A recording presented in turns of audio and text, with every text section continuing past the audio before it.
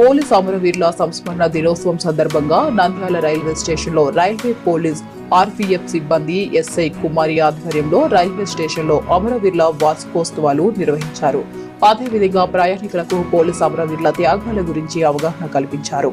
అదేవిధంగా రైల్వే పోలీసుల ర్యాలీ నిర్వహించారు. ఈ సందర్భంగా ఎస్ఐ కుమారి మాట్లాడుతూ విధి నిర్వహణలో ప్రాణాలు కోల్పోయిన పోలీసులకు నివాళులు అర్పించారు.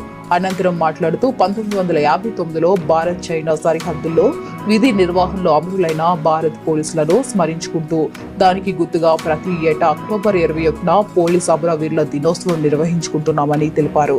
ఇక అమరులైన పోలీసులు సేవల్ని కొనియాడారు. అందరికీ నమస్కారం అండి. ఈరోజు Nandyal government railway police station పరిధిలో 2025 పోలీస్ అమరవీరుల సంస్కరణ దినోత్సవం సందర్భంగా ఈ 2025లో ఈ వారం వారోత్సవాలు జరుగుతుంది.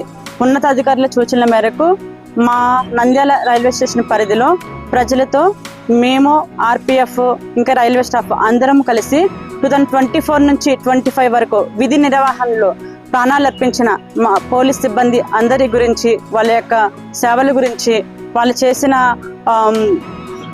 కార్యక్రమాల గురించి, వాళ్ళు ఎలా చనిపోయారు, ఏ విధంగా డ్యూటీలో అమరవీరులయ్యారు, దాని గురించి ప్రజలకి వివరిస్తూ ఈరోజు వారోత్సవాల సందర్భంగా ర్యాలీ చేపట్టడం జరిగింది.